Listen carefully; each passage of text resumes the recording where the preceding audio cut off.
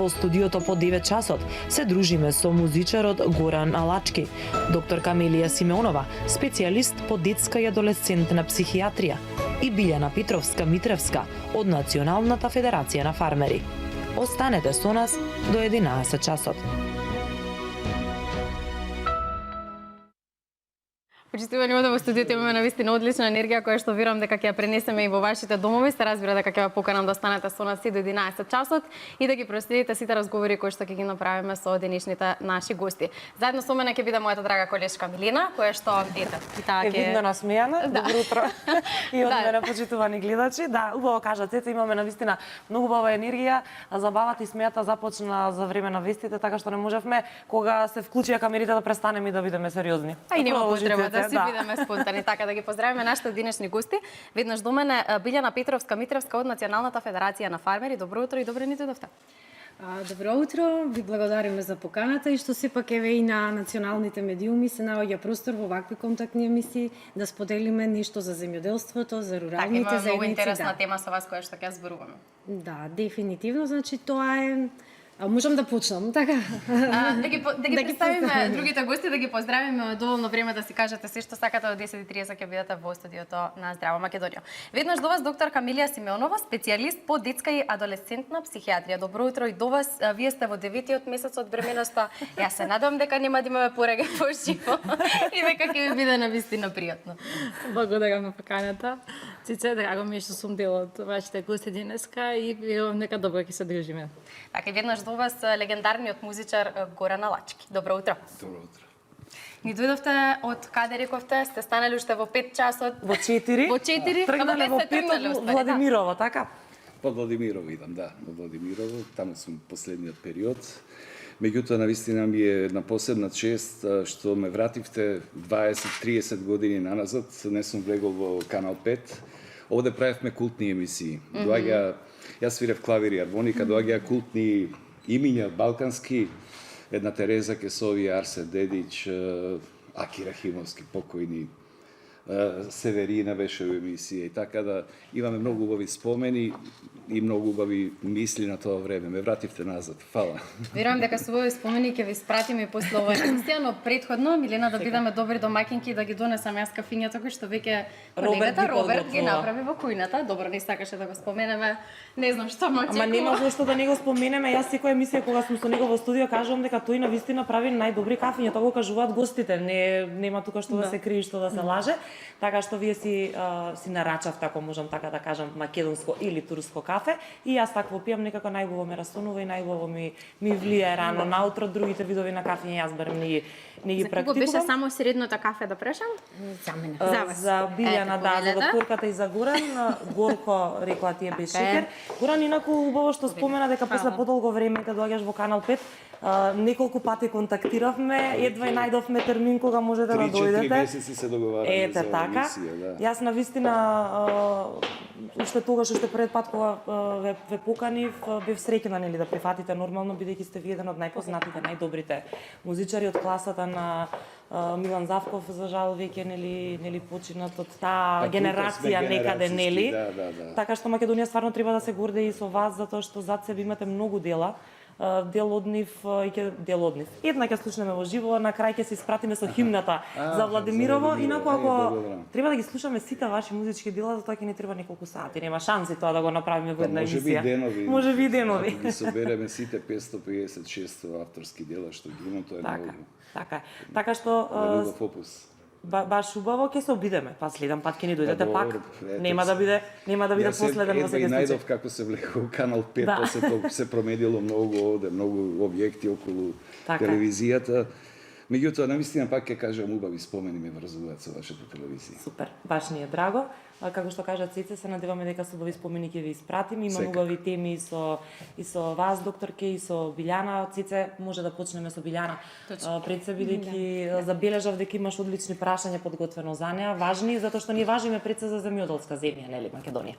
Така, Националната федерација на фармери сака да спроведе модел од Јапонија, кој што се нарекува едно село, еден производ. Зашто станува збор?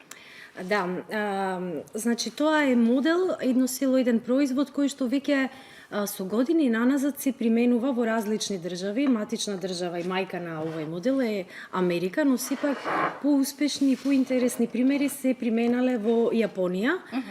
Така што ние во соработка со Јапонската агенција за меѓународна соработка JICA се трудиме овој модел еден производ за едно село, One Village, One Product, да го примениме и во Македонија. Значи, навистина е доста интересна методологија. Јас сум била на една обука онлайн, каде што навистина ме привлече овај начин. Зошто ме привлече? Затоа што ќе кажам со еден убав пример кој што го гледав преку видеата во Јапонија.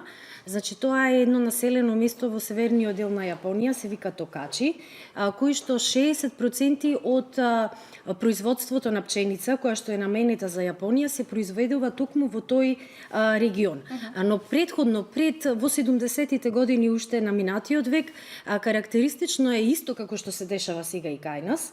Значи, со години, дел од пченицата не била профитабилна за земјоделците. Значи, ниски откупни цени и најголем дел од таа пченица беше увезувана во Америка. Но многу се важни за развој на ваквите модели локални лидери, кои што се појавува едно семејство, кој што е голем производител на пченица, околу 160 хектари на пченица, и ја продава пченицата први на откупувачи. Подоцна доаѓа до идеја семејството дека можат да произведуваат брашно, и почнува по локалните пекари, започнува со една анализа и истражување како од тие локални пекари едноставно какво брашно се произведува, што од купувачите, и започнува да произведува леп. А на таков начин го јакне руралниот развој пред се земјоделците, ги потикнува земјоделците да се обединат во кооперативи и таа пченица која што ја произведуваат земјоделците, ова јапонско семејство ја откупува, почнува да произведува леп.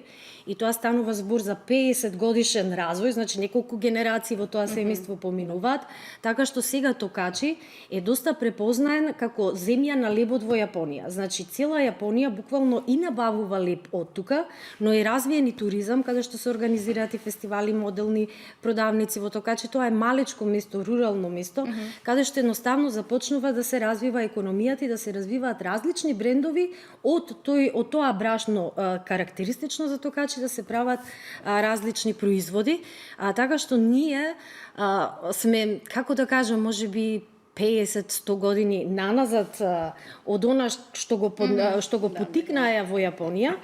Ние имаме голем проблем со пласманот на земјоделските производи, ниски откупни цени, инфраструктурата во руралните средини, можеби Горан тука ќе ме поддржи, доаѓа од рурална средина. Значи е многу лоша и тоа едноставно не ги прави атрактивни селата, но нашите села имат навистина голема убавина, природа, зеленило, се уште имаме добра плодна почва од каде што можат да се произведуваат вакви производи. Решивме тоа да го пилотираме во Неготино. Тоа е едно село неготинско, Тимјаник. Значи, навистина многу добро село со многу добар лидерка, Васка Мојсовска, веќе ја поздравам, која што едноставно го прифати овај пилот концепт преку Сдруженијето, локално Сдружение Шира, кои што се рурални жени, кои што произведуваат маџун. Значи, ние го концентрираме самата пилота интервенција врз маџунот. Маџунот е се произведува од грозје, не е гроздов сок, не е пекмес, како што многу луѓе сакаат тоа да го кажат. Тоа е течност која што навистина има многу хранливи материи, нешто е по-течна од медот, но може да се користи во различни значи може да се користи со кафе, може да се користи со чај и со одлично е. Мали се дава исто така. Да, дефинитивно и сакавме тоа да го употребиме во рамките на Тимјаник, заедно со 20 жени кои што произведуваат маџун, се вклучи и општината и се надеваме дека ќе го направиме Тимјаник препознатлив по маџунот. Значи, нашиот кавадаречки Неготински тиквешки регион е препознаен по производство на многу добри грозија, Виното, ракијата, маџунот реално е наш традиционален домашен природен производ кој што се произведува на традиционален начин, но ние сакаме сега тоа да го брендираме и реално насоката ни е дадена кон жените од руралните средини, бидејќи тие го произведуваат заедно со соработка со општината, со поддршката која што ја правиме ние преку Националната федерација на фармери. Се надеваме дека можеби не за една година, ама за неколку години ќе почне Тимјаник да станува и Неготинскиот регион да станува препознатлив по производството на маџун. Она што сакам да потенцирам, значи многу се важни локалните лидери во руралните средини. Да имаат слух за ваквите проекти. Многу е добро и затоа ја определивме да биде со маџунот и со грозието, бидејќи тука имаме локален лидер, како што е Васка, навистина знае да мобилизира многу жени кои што произведуваат маџун за домашна употреба.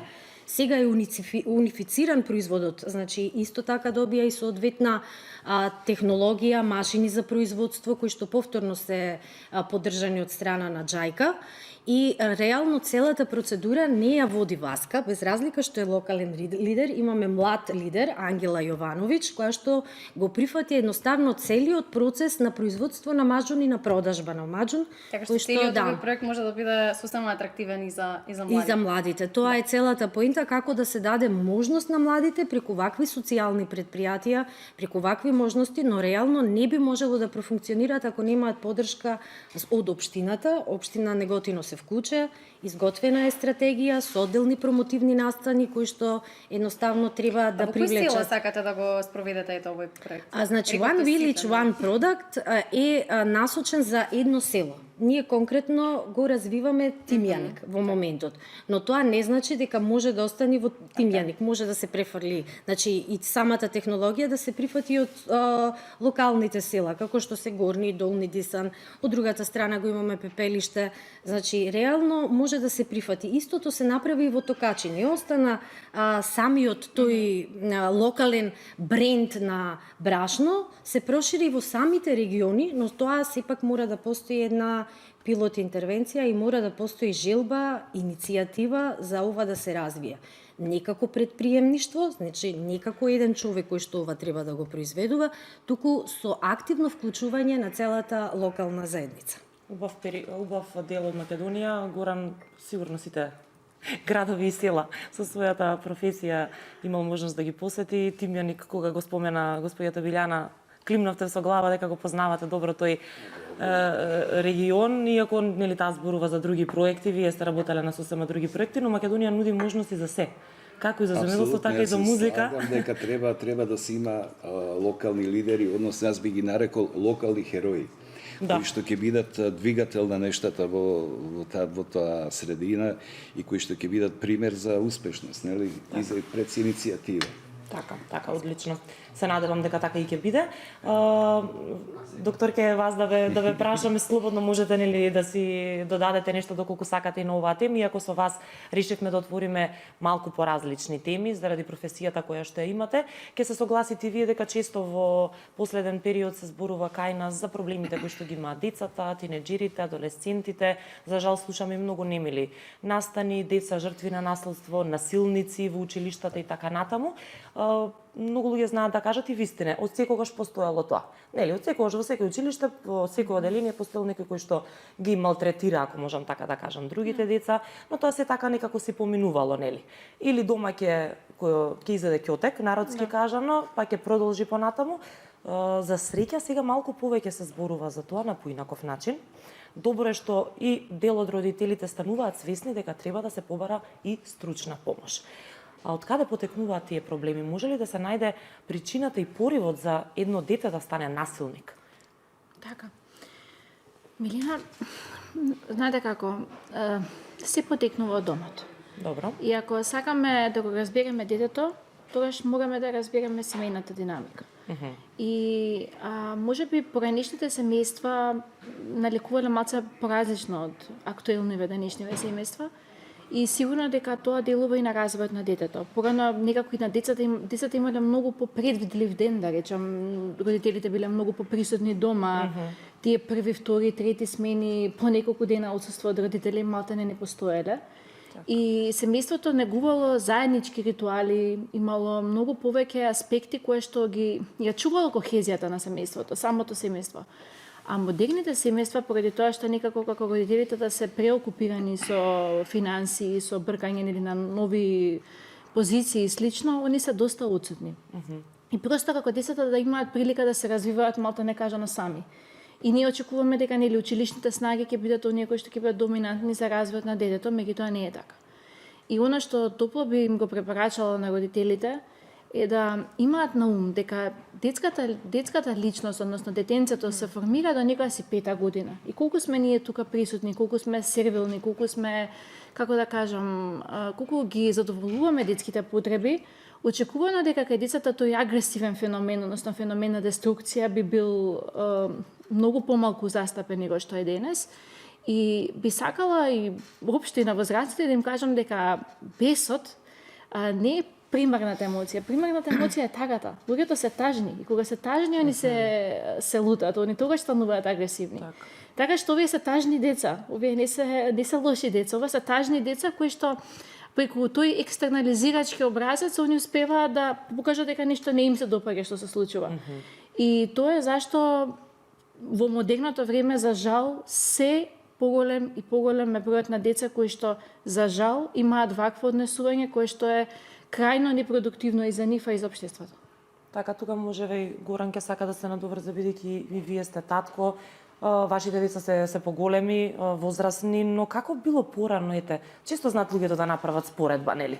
Со порано и сега, кој е вашиот став? Милена, нормално е дека животот еволуира, се еволуира, живееме во време на некоја си глобализација, каде што многу убави и неубави работи прифаќаме малку од западот.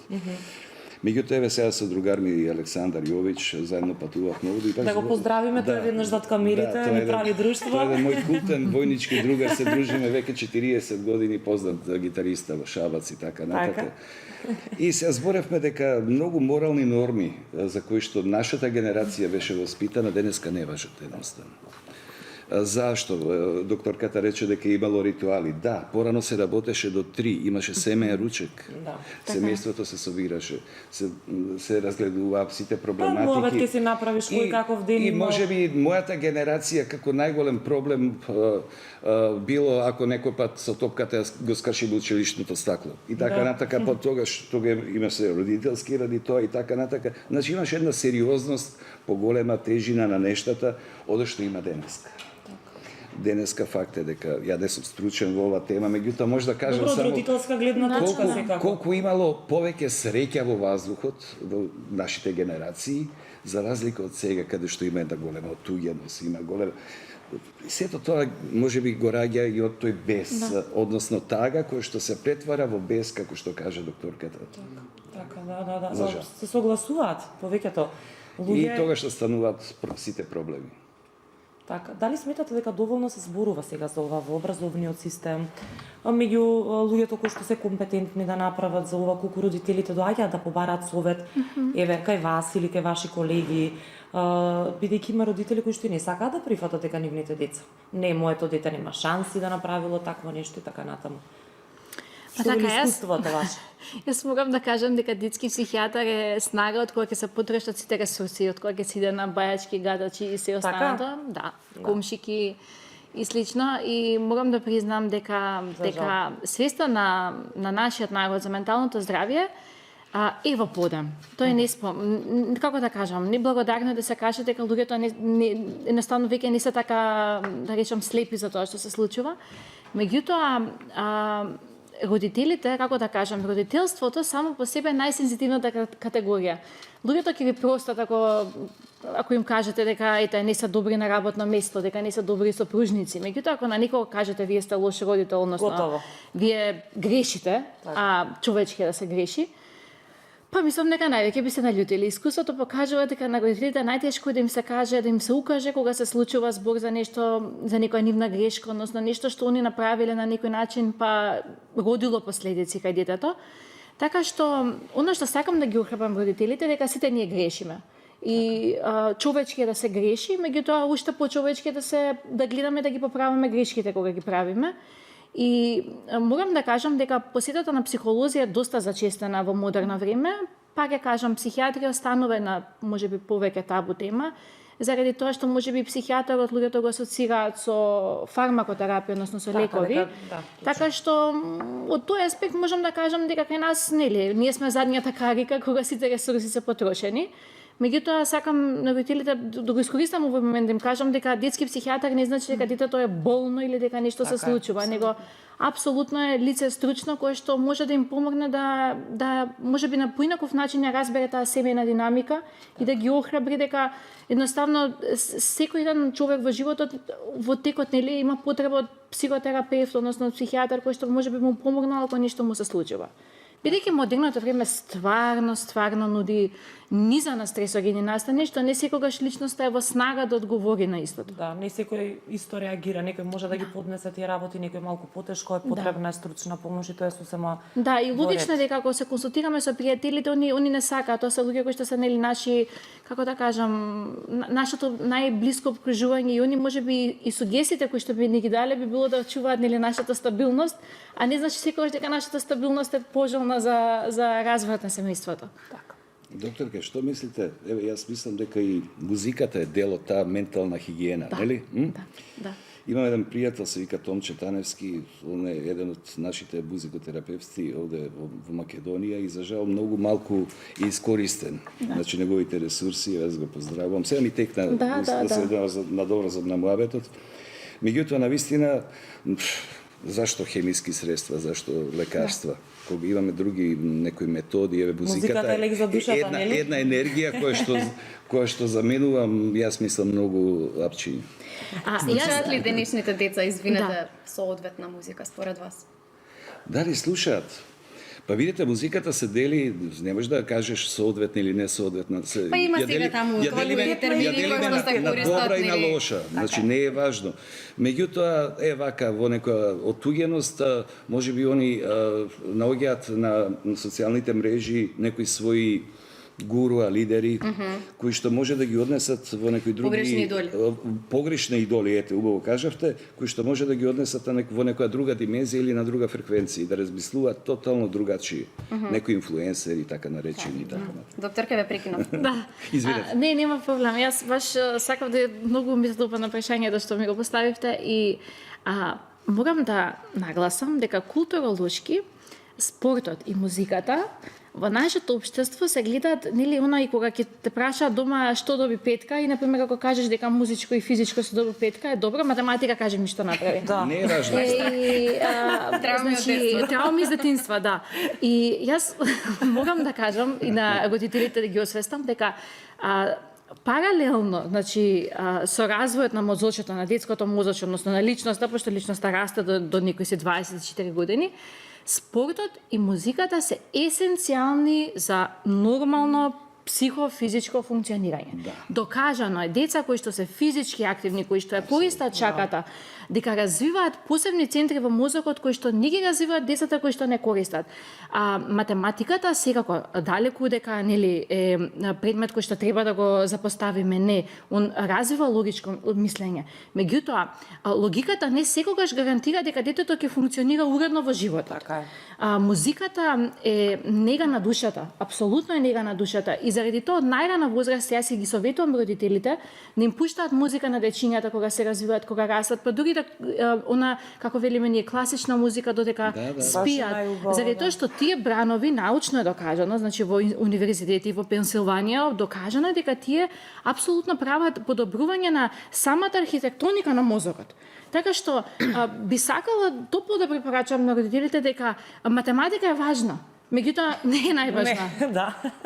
Жално е што тие предмети како физичко, како Описно се музичко оценуваат до 600 оделенија се исто. сватени факултативно. Факултативно, да. И да отидеш на час и да не отидеш, не е важно што имаш. Да. Значи, прашаме и господја Билјана, слушате ли вие музика, верувам? Каква музика слушате? Со што се Па да, јас слушам музика, значи 15 години слушам македонска традиционална музика. Горан ќе ни отвори подоцна малку нешто. Да, често пати кога сум дома и кога ги извршувам домашните обврски, знам да пуштам музика, па имам коментари тука и од мојот сопруг, кој што претежно е кон рок и рок н рол. Да, додуша и јас во младоста ја слушам и таа музика и се уште слушам, но се трудам, значи сепак сметам дека на македонската музика, посебно на македонската наша традиционална, стварно имаме многу убави песни и ми е мило што во денешно време и преработки на стари наши народни песни се прават.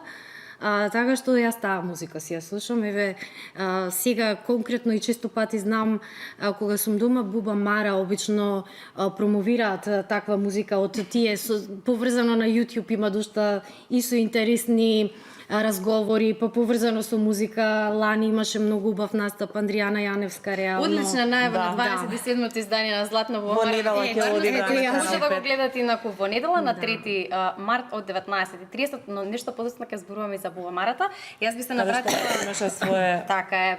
музичко излагање и Горан, да. Настап, таму има фотографии кои што ќе ги гледаме и докторката беше на Буба Мара, вашиот сопруг зема Буба Мара, така да ќе зборуваме многу за Буба Марата. Малку би се навратила на маџунот и на корисните својства кои што ги има тој. Споменете ни нешто за тоа, а во меѓувреме колегите од режија ќе ги замолам да ни го пуштат видеото кое што го подготвив.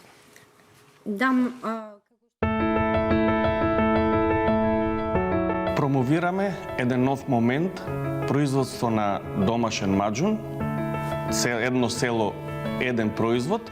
Токму и тоа и ни е идејата и на Националната федерација на фармери, а и на Џајка, да тимјани го направиме препознатлив по тоа што се произведува маџун. Јас гледам многу потенцијал во овој производ, бидејќи сега сите луѓе се насочуваат на здрава исхрана.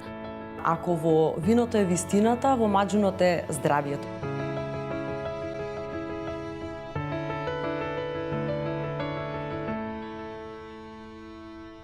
Така, може сега да ни споделите оно што сакавте и што погледнавме на видеото. Да, реално маџунот, како што укажав, се прави од грозје, значи грозјето и се прави, не може да се прави во текот на цела година, значи е традиционален начин на производство, најдобро е кога се бере, нема понатаму како да се чува, значи мора да се сомеле и мора потоа да се стави во еден голем казан, значи македонски кажано е казан, така со интернационален термин е дупликатор, каде што едноставно ферментира, каде што треба да испари течноста, значи тоа е спецификата, водата треба да испари она што е влажноста, а не да се доведи со мешање, не да дојде на класично варење како што е кај ајварот и како што е кај пекмезот, затоа што во Македонија често пати за маџунот знаат да кажат, тоа е слично како пекмез, не е пекмез, значи маџунот е одделен производ и на таков начин се задржуваат сите хранливи материи во маџунот. Тоа значи дека ги има сите минерали, витамини, најдобар е за имунитет. Реално го препорачуваат и за шекераши, замена за шекер, бидејќи не се во правилно произведениот маџун не се става шекер. Значи тоа е благ засладувач природен, кој што се она што го содржи природното грозје, значи шекерот природно што се произведува во грозјето, останува во маџунот и потоа може да се користи. Еве јас конкретно да ви кажам, секое утро и го заменав шекерот со тоа, бидејќи имав и реално лично да кажам проблеми со шекерот и навистина со маџунот успеав да ја регулирам и да сум по таа граница на висок шекер. Мислам и е доста добар она што го забележавме баш кога ги правевме овие сите анализи и преку стратегијата и преку бизнис план имавме и истражување на пазарот за конзументи, за корисници на маџун. Значи се насочуваат и родителите, лица кои што има доста во Македонија и тоа беше интересно што сакат да конзумираат здрава храна и веќе не се оди она во супермаркети и продавници каде што се купува, туку се внимава што се купува. Така што продавниците за здрава храна исто така тоа го промовираат доста добро. Така што маџунот ги користи овие сите хранливи материи кои што можат да се користат во различни рецептури, како што кажав, кафе, шекер, се прават различни салати, она што ни го кажа еве и нутриционистката и кој што ние се некако го применуваме во Федерација на фармери, може да се конзумира со лимон, маџун да се стави обична вода и навистина е многу добар почеток на денот. Да. Убаво што е го спомена ова Билјана и уште од самиот почеток нели на емисијата си промовираме делови од Македонија затоа што Македонија е навистина многу убава. Јас го споменавте Неготино, Кавадарци, нели Тиквешијата. Јас би сакала Горан малку со вас околу Малешевијата да позборуваме, нели? Владимирово го споменавме, од таму доаѓате утрово. Каде сте сега, што правите? Рековте дека таму сте подолг период, на што работите? Моментов знам дека постојано вие си музицирате и работите околу музиката, но што е она што е... Добро, еве јас ќе ви објаснам. Јас се периодов. бавам со еден сегмент на туризам кој што се вика едукативен туризам. Добро. Јас така го наречувам, не знам дали го има во запишано како таков термин, меѓутоа тоа го работам веќе на 20 години. Значи, имам културен центар во Владимирово, во една рурална средина која што сите ме кара, ама Горане, зашто инвестираш овде? Кој ќе дојде овде? Што бараме во ова пустелија? За сега истите тие луѓе да кажат, леле, колку е убаво. Браво, се разбира. Меѓутоа, дадовме душа и што е карактеристично, јас себе како самостоен уметник подржам над 20 години во Министерството за култура, сум некоја матица тука каде што доаѓаат ученици, туристи, професори од целиот свет. Така. Јас го и кажам дека, ајде, нормално е од европските земји да доаѓаат, меѓутоа некој да се потегне од Хаваи да дојде на часови овде кај мене во Владимирово. Сигурно им било интересно, или од бидејќи се Тасманија, различно, значи да. Тасманија, си се вау. Сакаат тие да учат традиционална македонска музика. Баш она што е изворот. Дел од некои новосоздадени песни, видовте, музиката е енергија. Еве на Бубамара што се случи. Една моја композиција, дојде Лено на Перниче Бело, доживеа Болкева таа живееше цело време, меѓутоа Една од најпознатите песни. една енергија каде што 15.000 луѓе стана, ја почувствуваа таа енергија што јас и Драган Мијалковски и оркестрот на Бубамара го направивме таму и го споделивме со публиката. Значи таа енергија не можеше да се сокрие. И да мистина посебна чест е што направивме, како да кажам, песната уште еднаш кога возобновивме и на некој начин таа е обнародена. Сега, во Владимирово доаѓаат, значи, од целиот свет луѓе, организирам семинари, музички работилници, каде што дел од тие имаме и настап на отворена сцена на сред село и така натака. Може да дојдеме некогаш таму да снимиме и прилог, да го прикажеме тоа како ќе изгледа. Интересно е. Ќе ни кажете вие кога секако. Кога сакате, само да се договориме така. И таа убавина што ја дава руралната средина, каде што луѓето можат да направат еден спој со природните ресурси што се околу тука, да почувствуваат локални јадења, локална кујна, да чујат локална музика, бидејќи јас малце ги разнесувам, имам доста пријатели, Малешевијата има многу добри музичари. Со пејачи не може да се пофалиме, меѓутоа за инструменталисти да вистина чест е да се слушаат тие мајстори, каде што има доста дувачки оркестри, меѓутоа има и зурли. Значи, зурлите се карактеристични, нели, за западниот дел на Македонија и Мијачијата, Мајовци и Малешевијата, Дестановци, кои што се еден синоним и заштитен музички бренд на тој акваториум. Така да, сето тоа е интересно за сите гости што доаѓаат кај мене. И се случува и на самите семинари, ќе заврши семинарот и сега некој од Норвешка, некој може ли играјте уште една недела да останеме? Не им се оди дома. Имаат одлични викендици во тие фјордови тамо норвешки, сега во Владимирово. Што во Владимирово? Меѓутоа таа вибрација што оние почувствуваат во таа средина каде што можат да слушат автентична музика, може да пробат автентични локални јадења, спремена од локални херои, нели? Сега да не кажувам што да не одиме во гостителство. Може туку уште некој проект ќе се создаде во Дефинитивно, зашто да Значи, еве сега ќе имаме доста, се договоривме на Бубамара да се и да дојдат и Игор и Сашко Коцев, Игор Джамбазов со стендап настапи и така натака. Леле, тоа би било феноменално, сигурно. Па баш тоа договараме. Повеќе настани има таму него овде. Имавме чест да се дружиме во гардеробата скоро цело време и така и идеите сами доаѓаат. Преубаво. Имаме уште неколку минути. Имаме. Може, Цеца, ако се согласуваш и ти, последната минута-две со музика од овој дел да ги завршиме. Апсолутно, како да не се согласувам. Нели? Горан, Само да го завршим кафето. да го завршиш кафето, добро. Вие дали си слушате македонска музика дома. Последниот пат кога беше вашиот сопруг гостин запеа во студио, можеби вие сега ќе се придружите тука. Или сепак ќе го оставиме таа за доктор Симеонов. Ќе оставам честа негова да биде. Желба, не знам, еве нашите гостинки ако имаат некаква желба, може слободно вие Билјана бидејќи се слушат. Да, секако. Не, јас би оставила на господина заради тоа што е најдрагото. Па не, ја можам само малку овака енергија, емоции да ви дадам, нема ништо. Одлично, музиката и тоа и предизвикува секогаш, некогаш солзи, некогаш нели радост. Можеби некоја така како мала езгија, која што не мора да трае многу, меѓутоа Како сакате вие? Па не знам што и ја не знам што да ви освирам. Ете во моментов што ви доаѓа вака со оваа енергија?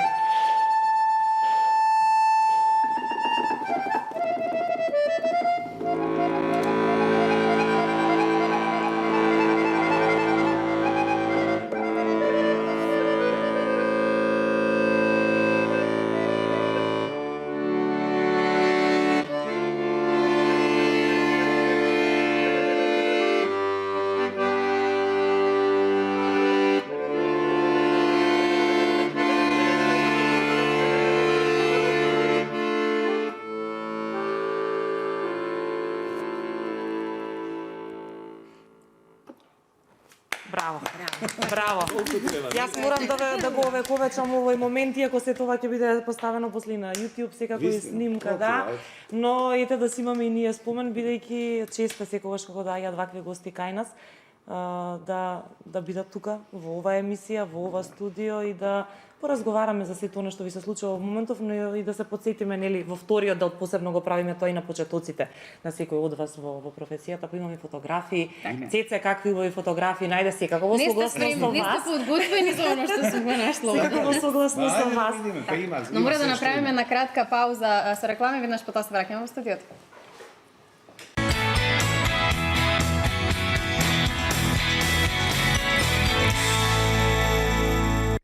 Одлични моменти направивме овде зад камерите. Повторно исто како и претходно пред да се вклучиме. Многу совети побаравме од докторката, но рековме дека во овој дел од емисијата ќе зборуваме малку повеќе за приватниот живот на нашите денешни гости. Ќе започнеме со фотографиите од Горан Алачки. Мислам дека и веќе се подготвени од колегите од режија. Да видите што успеавме заедно со Милена да ви најдеме на социјалните мрежи. Верувам дека ни сам не знаете дека некој има тоа. Мојот татко и мајка. Да. Они се починати.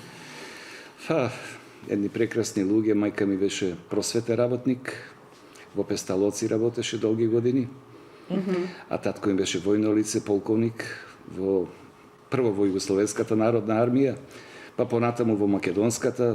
Ете, кога Македонија се осамоставуваше, тој имаше чест, тој го прими аеродромот Петровец од тогашната армија и така натака. А тоа сум јас, снимено имаше едно, не знам дали, пошто јас сум роден у Пожаревец, татко таму беше на служба. Да. Овде имам сигурно 7-8 нешто прилика Па или? не, 5-6 години. Така нешто. Добро. 5-6 години. Да, тоа сум. Убава фотографија. Убави спомени, некако на вашата мајка личите како што можам да забележам, нели? Да. Ова е во Белград во хотел Бристол, една нова година. Така е, добивме на лотарија чајник. Ете го на маса. Ете го на маса. Со докази, со се. Така е, да. Баш убаво било тоа во тоа време. Симпатично, нели, оние кои што се сеќаваат малку повеќе и живееле нели во тоа време. Имаше така наречени сини вечери, вие сте помлади, не памтите, каде што беше чест да се присуствува на такво нешто. А хотел Бристол беше култен хотел во тоа време. Ние таму живеевме еден период, татко им беше на служба во тој во ССНО и аеродромот Батајница војниот. Така. И беше еден, беше шеф на обезбедување на маршалот Тито. Баш убаво. Австралија. Ова сум во Австралија, со еден мој другар, се вика Благој Моротов, култен македонски музичар, пробавме гитари по тогашните продавници, ова е во Аделајд или во Перт, не се сеќавам точно. Меѓутоа еден култен модел на Гибсон гитара дупли, Джими Пейдж, што има свирено на неја и така, ја малце посвирено. Не сум некој гитарист, ама знам да... Добро, 80-та година, како што видовме. Тоа ни беше прво патување со покојни Дарко Дамевски, Јанко Узунов, и Баже свиреше тоаш гитара, јас бев, фана шумове, така ги правихме култни концерти, тоа беа концерти. Имавме по 3-4 илјади публика во нормални сали, каде што македонската музика беше на пиедестал. Баш во што споменавте те имиња кои што значат во Апсолутно. во музиката, иако дел од нив нели не се повеќе меѓу нас, за жал, Да. добро е да се споменуваат, да живее нивното дело, нели? Ова е од времето на пионерскиот дом Карпуш, каде што јас членував во оркестарот. Ова е другар ми Томче Таневски, сега е во пензија. А ова на флейта е Сашко кој Сашко Трајковски, да. Ве навративме ли на овој времиња? Апсолутно, ова е некаде Снежен град, Маврово Бунец организиравме тогаш и многу дечиња се собираа таму, правевме Снежен град. При јас паметам мала кога бев екскурзија прво второ деление не носа на И такво нешто. навечер свиравме малку така. Каде ги скопавте овие изгледат? Овие ги има и дел на интернет, а дел и на нашиот Facebook ова профил. свиравме на Олимпијадата во Сарајево, 84 година. 84. Еве го, Благој Моротов бас гитара. Беше и бажа пред некој време гостинка. Ова е Вангел Шурбевски чорба на тапаните. Сега не може да сетам. Јоцо на кларинет, Јордан и го викав надимак докторот на гитара. Значи, Доктор за гитара. Имавме македонски, секоја република тогаш имаше свој штанд на Олимпијадата и тогаш имам една диплома и од Хуан Антонио Самаранш. Тој беше председател на Олимпискиот комитет тогаш. Бидејќи стварно со еминентни култ, овде нема слика, и една Васка Илиева беше со нас, Александар Сариевски, Атина Апостолова, и така, значи исклучиво македонска стара музика се свираше, каде што имаше еден филтер, една цензура до каде се црвените граници и така натака и така натака. Така, да погледнеме следната фотографија. Многу убави слики, црно-бели, навраќаат на минатото, фотографии кои што еве сега веќе во боја. Ај, чекајте се. Некоја година подоцна ова. Некоја година подоцна. Ова некој фестивал ли е нешто? Не знам. Ова е во Пробиштип. Ова е Пробиштип, најдобар работник пејач аматер. Имаше едно такмичење. Она на бас гитарата е Орце Лазаров. Многу добар басиста. Ете, доаѓаше со мене така да крепи ритам секцијата. Многу добри пријатели сме и сме свирале децении заедно. Со една култна група се викаше Династија, со Ристо Краповски и така натака, Вангел Шурбевски години. Гледате, имаше оркестар позади. Тоа сакам да кажам, во живо беше свирало, и мислам дека победникот од тој фестивал, а јас бев тогаш гостин како солиста на хармоника, победникот од тој фестивал пееше на Валандово. Еве не Династија, еве.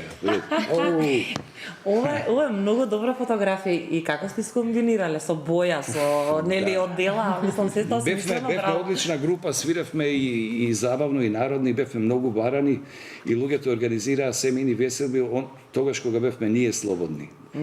Дури не беше важно дали е сабота, недела, може да биде и среда и четврток и така. Само да бидете само вие. ние да свириме. Тоа е таа гитара на баже што ја купи од Австралија. Ете, плавата. Да, вака што е така исправена. Да, се викаше, па му ја украдо, а после па ја баравме по полиција, најдовме. Да. Леле, колку време ни ви текнало на овие случувања? Морате да признаете дека ние ве потсетивме, навративме. Еве, неповторно е градскиот парк. Орце Лазаров, Ристо Краповски Крап, Вангел Шурбевски и јас. Деца. Тука колку години имате, навистина? Не можам да проценам. Ајде, 20-тина. 20 и нешто. Ова е во Лисински, Загреб. Со Владко свиравме, имавме чест, тогаш свиравме со музичарите на Стинг, со Доминик Милер. Ова е виолинистот на Джибони. И малку Джибони се гледа тука. Мирикул албумот кој го направи, Владко беше гостин, па и јас поред Владко, пошто ние свиравме тогаш дует. И у Лисински имаше една манифестација деминирање на Балканот, ротаријанците организираа. И ние свиревме, требаше да свириме 20 на минути, меѓутоа свиревме скоро саат време, имавме 6 биса, само јас Не ве пуштаа да си одите. Да, и веќе не знаевме што да свириме. Само 6 биса. Да, и сега после на вечерата, ој бубњарот Ману Каче и Доминик Милер викат, пошто они дошле тука да свират, ај рачунат на Балкан свират, нема потреба. Викат, меѓутоа вика, кога ја слушнавме таа музика, вие што свирите и тие емоции, ние отидовме у гардероба да вежбаме.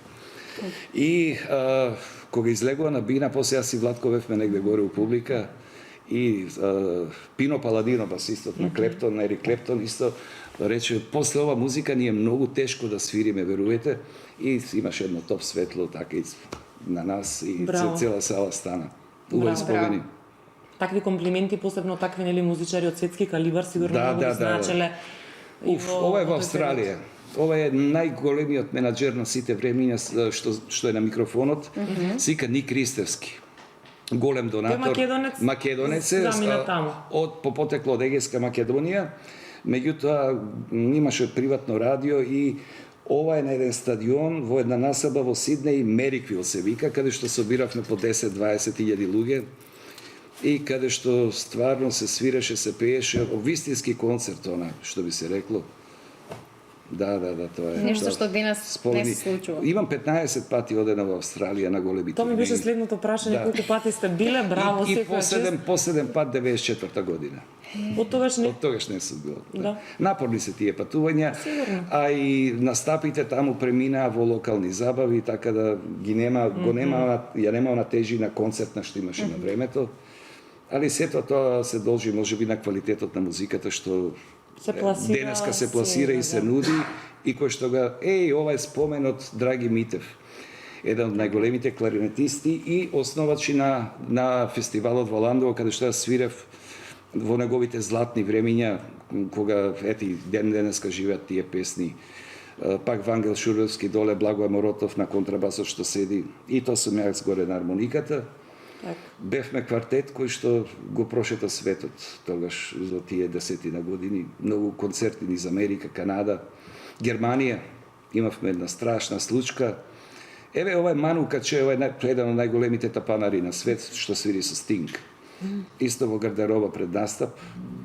Сега ме заинтригиравте со страшната случка, да прашувам или не? Ајде, ќе ви кажам, тоа беше еден, се распаѓаше тогаш Југославија и ние бевме одевме во Штутгарт, имавме концерт.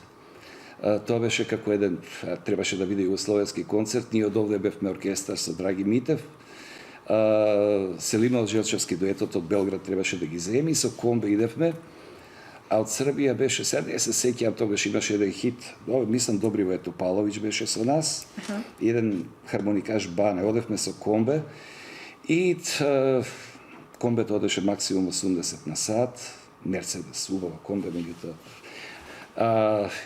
На концертот се случи, таман да почнеме, полицијата ни извади надвор и рече бомба има од салата, а концертот беше продаден. И не излеговме надвор и за сад време се вративме и ај сега свири. И Наум Бурнас беше тогаш.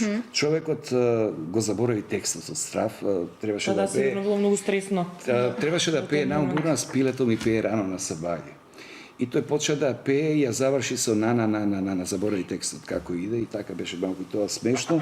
Меѓутоа после кога се враќавме, таа страшна ситуација беше одеднаш комбето после концерт на тоа е автопат кај што се вози кој колку може во Германија, Минхен, Штутгарт. И почна комбето да ни се тресе како санка, како боб, лево десно. Застани еднаш не може да приметиме ништо. И колегата Вангел рече, чекајте, дај видете, тоа рад капните извадивме, кога гледавме штрафовите ни ги извадили на тркалата, значи ние сме можеле да се убиеме. Не дај Боже. Да, и застанавме на прва бензинска, после се почастиме. Ете, тоа е таа фотографија ме поврзува. Да, за жал, кога се патува многу, се случуваат и немили настани, навистина многу треба да се внимава. Ова е исто во Германија. Концерт со Пионерски дом Карпош. Позади е сега еден од, ајде тие се бизнисмени, сега Зоран Бекјаровски, Зоки, на позната германска фирма, сега е директор, овде во Скопје. Пејачот доле е Драги Спасовски, тој живее во Сиетл. и еден од нашите гуруа кој што ја протажира македонштината и заедно одиме на доста семинари со странци таму од државата Вашингтон. Браво за вас што се уште знаете кој каде е, веројатно во контакт сте со повеќето алаудавија. Круме Брзанов. Тој беше раководител на музичката секција во Пионерски дом Карпош и повторно Сашко Трајковски да флейта. Интересно е, видите. А гитаристот не се гледа, тоа е Цане Петров. Еве тука со Владко. Ево универзална сала кога бевме млади со Владко. Еден албум Кисело весело каде што јас свирам хармоника. Имавме еден бенд се викаше Кинокултура бенд. Направивме многу концерти и у Сава центар Лисински, мислам дека и бевме во Сараево, не се сеќавам, да. И многу филмски музики снимавме тогаш во тој период. Години. Ова е Грациела која се роди. Млад татко. Млад татко, така. Колку години имате, Горан, кога се... Па не, сеќавам, меѓутоа Грациела е родена 89 година. Да. Се гледа дека сте многу млад на фотографија. Па ајде, јас ако сум роден 65-та, па рачунајте. Па млад. Ние по музичко бевме математика. Ова 59 години, значи ја бркам 60-ката и така. Супер, еден убав јубилеј, значи ќе... Да, тоа е Грациела. Еве, повторно Граци. Ава сте наши изга од Фејсбук, сте вадели сликите, да. Се разбира. Милена рече, пратете ми ја, еве ги повторно благодарам. Да. Ова е во Дојран, ево. Во Дојран. Во Дојран. Ево, во Дојран. Многу убава фотографија. На тие мандри и таму, нели, оној стар начин дојрански кај што. Мислам дека се овие кукички ги нема веќе. Па не знам искрено да ви кажам. Тоа е Кашифук, так, таму, пошто Орце Лазаров е од Дојран и така. Ова е улицата на славните во Холивуд, Лос Анџелес. Имав таму концерт Кулвер Сити, Северен Холивуд, со едни исто култни музичари, Сухел Каспар и Насер Буса, една фузија на арапска и македонска музика. Колку буквално цел Ова е свет сте го прошетале, ако можам така да кажам. 2006-2007 година така нешто. Па буквално на сите континенти. Ова е во универзална сала, некој мој соло настап. Може би 15 на години. Што ме црно-бела фотографија? Да. Да, една хармоника Велтмајстер која беше тогаш кул. Ова е баш у Канал 5 снимено на горното студио со Тереза Кесовија. Кој беше го споменавте тоа на почетокот. Да, ова е Тереза, да. Тереза, да, поминавме многу во време со неја за една прекрасна особа која што уште трае нејзината кариера. Да. Да, тоа е во живо настап. Ова е тоа Владко Јалачки во Загреб ги нацвира музичарите на стик. Ова од вест. Ова е Пино Паладино десно, ова е Доменик Милер. Од лева страна, да. А тоа сум јас таму. Да. Еден источок од Весник, каде што баш убаво, нели, го пишува се тоа што го раскажавте. Да. Открепено со докази. И на крај свиревме заедно, направивме, со Джибони една песна. Да, така да се нели да се замине и да не се слика во Холивуд, нели нема да биде ова е Universal Studio. Тоа е баш онаму кај што се снимаат скоро. Има цели градови тука, баш ние кога вртевме, очени домакинки се снимаа во цели градови куки, буквално тоа се макети, мислам. Вистински куки, каде што, нели сте приметили на филмовите, нема сообраќај додека тоа е неможно во тие големи градови. Така, сигурно, да. Да, така да. Ова е Никша Братош, десно, продуцентот на Джибони, па мислам и на Владко, а ова е Джибони лево до мене. Ова е на некоја вечера во Загреб. Дури, не можев да го препознам, да не кажавте некако многу променет сега. Да, па оди времето. Поминати се години, да. Така е. Никша Братош, еден од лидерите. Ова е со Оливер, прв пат кога дојде во Скопје. Ова е Франич Горан, еден од култните мои војнички другари, лево скрос, он е шеф на оркестарот на Оливер Драгоевич. И секој пат кога доаѓа и во студио кај мене во Скопје, и така се дружевме убаво. Јас неколку пати сум модел кај нив на островот каде што живеат, тоа се вика Првич Шепурине. И со убави дружби до касно во ноќта. Да, и баш вчера разговаравме на телефон со Франич Горан, тој вењак мој басиста и лидер на групата Делфини.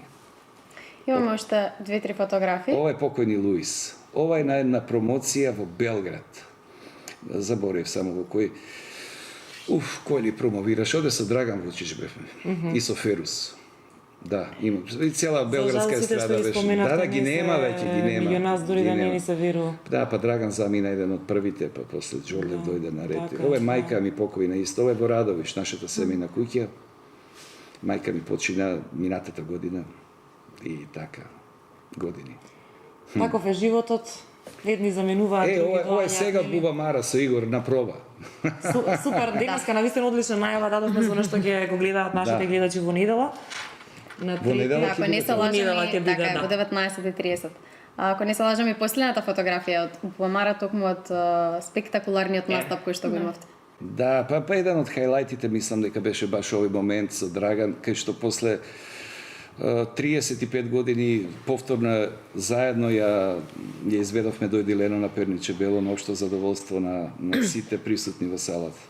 Знаете што убаво што спомнавте песната, јас нели е Дојди ми Лено, а јас ја пеам Дојди ми Лено, за да ми одговара за мене. Оригиналниот наслов е Дојди Лено на Перниче Бело, а текстот е на Орце Зафировски, морам и него да го потегам. Моја музика и аранжман. Јас ја пеам така мене да ми одговара нивото. Ќе ви кажам една сторија за таа песна. Таа е напишана во 88 година, а ја изведовме во 89 година со Драган. Меѓутоа, во тоа време имаше таков еден јак филтер и продукција во македонската радиотелевизија, каде што многу се внимаваше на некои ситници, тоа да биде чисто македонско и така натака. И мојата песна беше прогласена за шунт тогаш. Значи, беше цензурирана, значи, од уредниците тогаш. Меѓутоа, ете сега е како еден македонски евергрин. Значи, кој ќе се завртите назад, нешто не знае. Него е изведена е на еден лирски ортодокс пристап, каде што сум внимавал уште тогаш и хармонски како да ја решам, и мелодиски, а да биде сето тоа да има македонштина во неа. И таа енергија еве трае до ден денес. Така. Благодариме многу за се што ни раскажавте. Се сеќавате буквално на се од вашиот живот. И покрај тоа што не знаевте кои фотографии се избрали. Не знаев. Да. Во продолжение ќе ги погледнеме фотографиите на доктор Камилија Симеонова, да ја запознаеме и неа од друга страна. Оно што е интересно на фотографиите, а и сега секогаш имате различна фризура, боја, должина на коса, браво, секоја чест, тоа е убаво да се прават промени од време на време. И храбро. Да. Еве тука сте со малку подолга косова на работното место, претпоставувам. Да, мислам дека само 2 работни фотографии, ова и следната, ако не се лажам. Другите ви се... Па добро, и ова е можеби фризурата која што и надолго ја имам носена, да. А краткава фризура сега е последица од оваа фризура. Да. Еве тука сте русокос. Да, и ова траеше само 3 месеци. Така толку не можевте веќе. Сватив дека тоа е сериозен ангажман, така што многу често треба да останува минато. Да, останува минато. Траеше 3 месеци, тоа е се. Така. Добро. Ова е на семејната крштевка на мојата ќерка, ова е мојот татко. Колега исто, хирург во пензија. Колку има првото детенце? Мелисија е сега 2 години. А батко му ќе се роди кај да е. Така, значи помало братче. Да, машко, така, да, очекува машко. Знаете име? Веќе смисливте? Или? Да, ќе се вика Миха. Миха? Да. Баш убаво. Ова е моето семејство, мојата мајка, мојот татко, мојата сестра, мојот брат и тоа што го гледате што е најмало сум јас. Аха. И јас сум трето дете. И ова е Сте наш... биле чувана, значи, од братот и од сестрата, предпоставувам, обично така е. Да, обично така е, да, и многу интересно што сега, кога учам психијатрија, многу, како да кажам, многу беше интересно да се запознаеш со позицијата на трето дете што од друга страна, кога да, бидејќи вака, како да кажам, да се биде најмал не едноставна позиција и често пати се шегувам кога нешто ќе почекам повеќе или кога ќе треба да имам повеќе разбирање, ќе речам па тоа е трето дете мора да развие. Да. Така што трето дете има стварно специфични капацитети.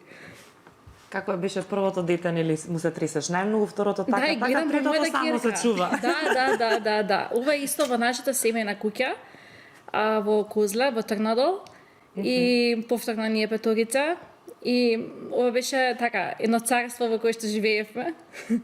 Да можам да забележам убаво дворче, цвеќиња, баш убаво. Да, тоа беше двориште, тоа беше палата, тоа беше преубаво за живење. Баш убаво. Да, и сега повторно со сопругот живееме во истата населба, меѓутоа овој пат во стан. Така што да, ова Ви е недостига спомен. дворот. Па да, морам да признам дека дете што растело во куќа маца потешко го ставате Се навикнува, во стан. Јас тука се пријавувам, 2 години ми требаше да се навикнам на стан после 30 години живење во куќа, Да, така да. што да, така е навистина. Да, и ова е фотографија Нели Камелија како детенце. Мајка ми обожаваше да слика и поприлично имав слики. Стварно ми беше тешко да одвојам која да ја споделам, пошто на сите сликички си дотаран, си во природа, си во дворчето и така. Супер. И сите ви се драги. Сите. Да. Апсолутно. Ова е мојата мајка. Она е беше професорка по биологија, сега е во пензија исто. Нели јас сум трето дете. Да, и ова е фотографија од свадбата. Да, кога беше вашиот сопруг гостин, баш искоментиравме дека сте биле навистина Да, ви благодарам, ги слушав комплиментите и да, и он вика, стално вика, кога ти да стапуваш, кажуваат колку убава жена, па јас сум убав маж. Тој мораше да истакне дополнителни Викам, негови ама предности жени добиваат пеењето. такви коментари, жени, не маж, кога се слушна? Да, викам, тоа се комплименти за жена, се знае. Еве, во овој момент ќе го поздравиме доктор Секако. Симеонов да не се Да. почувствува нели за постава. Загрозен. Еве, Ете го, да. Да, гледав различни фотографии да видат не тие истите кои што ги понесе исто.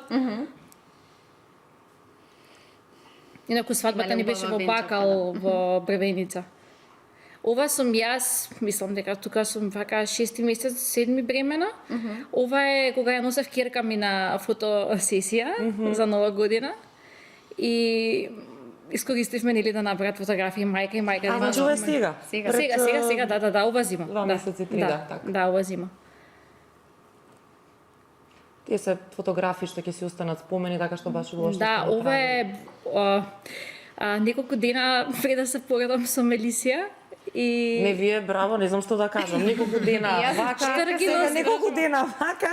Сум второто штърги носи. Браво.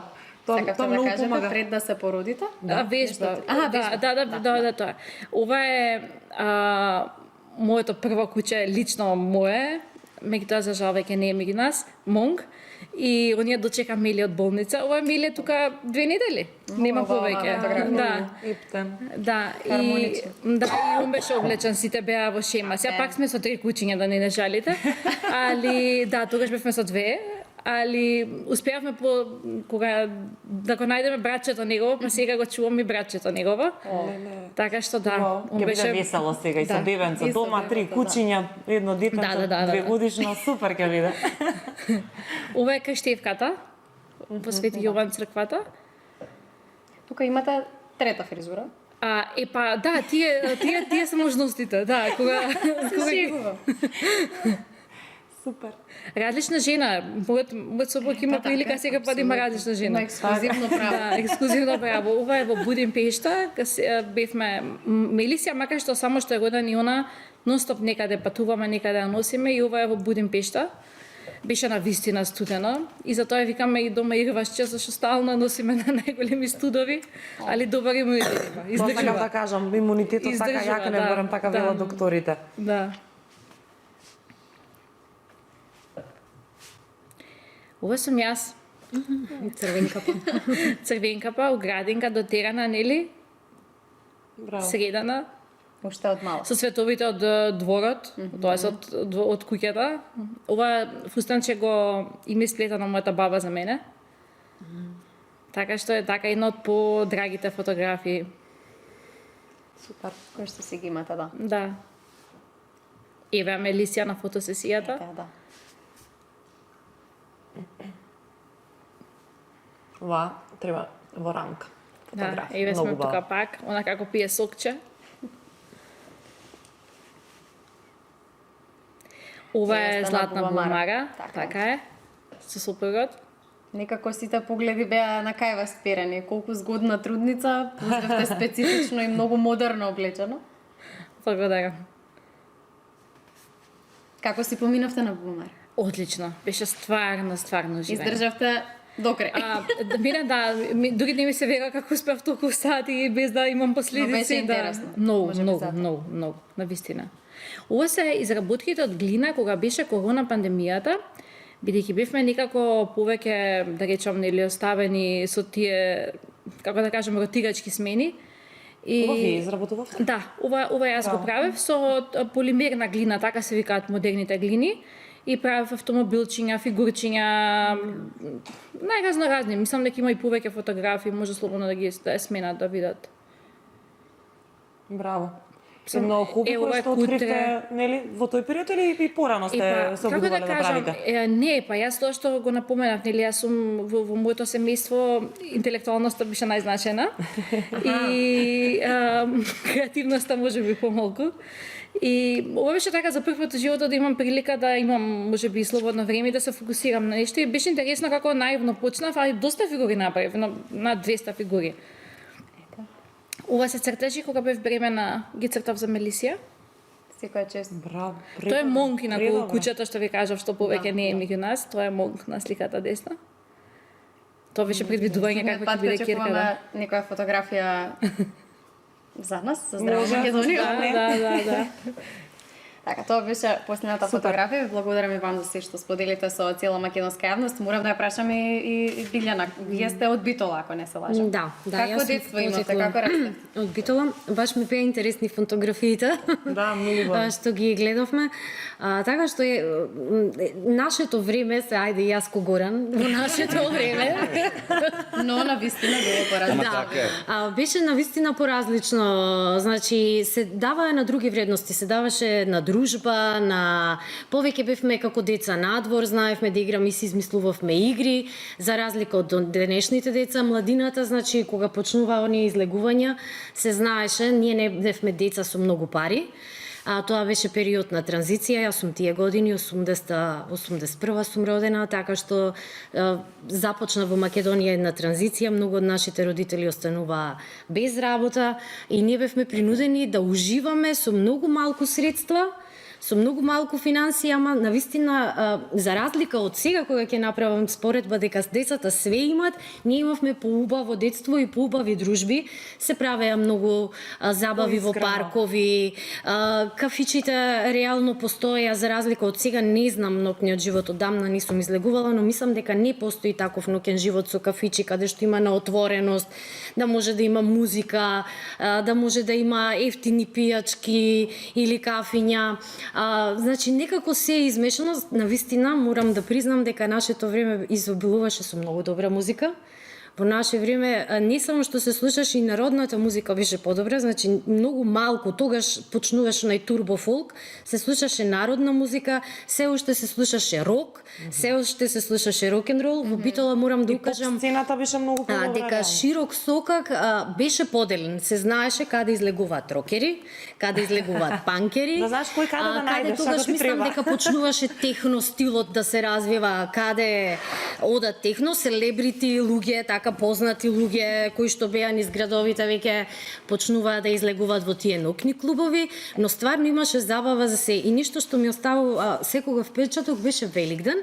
Великден таков беше убав низ Битола, значи се почнуваше од парк и потоа цел широк сокак беше со таква журка забава. Значи, реално беше како еден голем фестивал, што се однесува до пораното детство. Значи, јас морам тоа да го споменам и тоа сакав да го потенцирам. Ние сме деца кои што за време на зимскиот и на летниот период растевме во селата со нашите баби и дедовци. Мене ми се тие најубави спомени во битолските села Дихово и Нижа Поле. Дихово бев во летниот период, навистина беше многу одличен, имаше базен во Дихово, имаше дом на култура, имаше забави, а зимскиот период го врве во Нижеполе, каде што се уште има ски центар, кој што за жал треба големо реновирање за да привлече доста внимание. Така, јас тука некаде ќе морам да ве прекинам заради тоа што времето ни е кратко, морам да ви се заблагодарам за тоа, така е, за тоа што они бевте гости, се надам дека ви беше пријатно и дека повторно ќе ни дојдат. Ви благодарам и јас и од моje име, од името на цела екипа, да сте живи и здрави пред се и да се гледаме за убави работи, за убави проекти, поврзани со музика, со земјоделство, да разговараме многу повеќе на теми поврзани со здравството, нели, децата наши и така натаму. Цеца, одиме со музика на крај, нели? Така е, продолжуваме со музика, потоа се враќаме во студиото.